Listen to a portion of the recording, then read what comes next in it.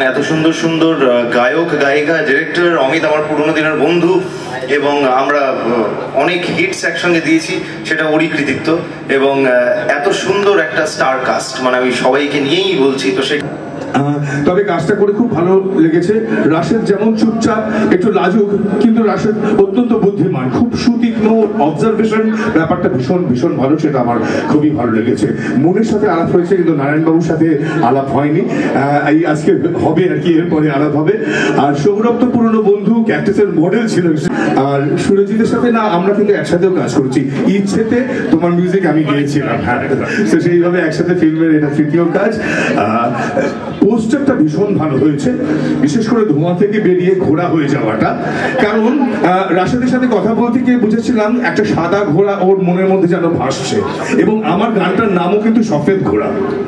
তো সেই জায়গা থেকে সেটা পোস্টারেও তো তখনও ন্যাচারালি রেডি হয়নি। তবে একটা সন্ধ্যায় রাশেদ ছিলেন, মুন ছিলেন, আমরা সবাই মিলে বসে জ্যাম করতে করতে জিনিসটা কিছুটা বানিয়ে ফেললাম। তো এখনো শেষ হয়নি, এখনো আমাদের বিভিন্ন কৌশিক দাদা সামনে থাকলে আসলে কথা বলা ভুলে যাই, কথা বলতে পারি না, কোনো কিছু মাথায় থাকে না। একটা ছোট্ট কথা, সেটা হচ্ছে 3টা সফেদ ঘোড়া আমি নিয়ে নিয়েছি, তারা আমার ছবিতে দৌড়াবে এখন, আর কিছু বলতে চাই না। ফ্ল্যাশব্যাক নিয়ে, ফ্ল্যাশব্যাকে 3টা জাস্ট সফেদ ঘোড়া আমি নিয়ে নিয়েছি, হ্যাঁ, যা করার তারা করেছে।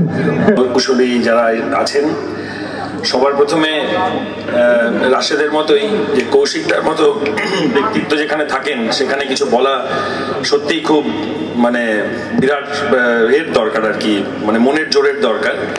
যাই হোক, আমি এই মানে ওদের প্রত্যেকের যে কেমিস্ট্রি, এবং এছাড়াও আমাদের যারা আরো যারা কলাকুশলী যারা ছিলেন এখানে, তারাও প্রত্যেকে তাদের একদম অপটিমাম লেভেলে পারফর্ম করেছেন। আমি আপনাদের সবাইকে অনুরোধ করব যে আপনারা হলে সেটা দেখবেন। দুর্দান্ত, ইট লুকস সো স্মার্ট, মেকিংটা ভীষণ ভালো হয়েছে বলে আমার মনে হচ্ছে।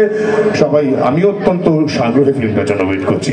প্লিজ সবাইকে অনুরোধ, যারা যারা দর্শক দেখবেন, আপনারা হলে এসে এই ছবি দেখবেন, তবে পুরো আনন্দ পাবেন। Thank you so much Shirul, thank you. যে কোনো উৎসব আনন্দই মনে হয় সবার সাথে সবার পরিচয় ঘটায়। তবে যাই হোক, আসলে আজকে আমাদের জন্য অনেক ভালো এবং আনন্দের একটা দিন, কারণ আমরা আপনাদের সবার দোয়া এবং ভালোবাসায় আমাদের ফ্ল্যাশব্যাক মুভিটার শুটিং সুন্দর মতো কমপ্লিট করতে পেরেছি। ডিরেক্টরের কথা না বললেই নয় যে তিনি আসলে তার প্ল্যানিং আর তার টাইমিং এর মধ্যে শুটিং কমপ্লিট করার সুন্দর একটা টিম গোছানো, একটা গুড উইশ জানানো, যার উপর দাঁড়িয়ে এই ফিল্ম আগামী দিনে অবশ্যই একটা সাড়া জাগাবে, এই বিশ্বাস আমার আছে।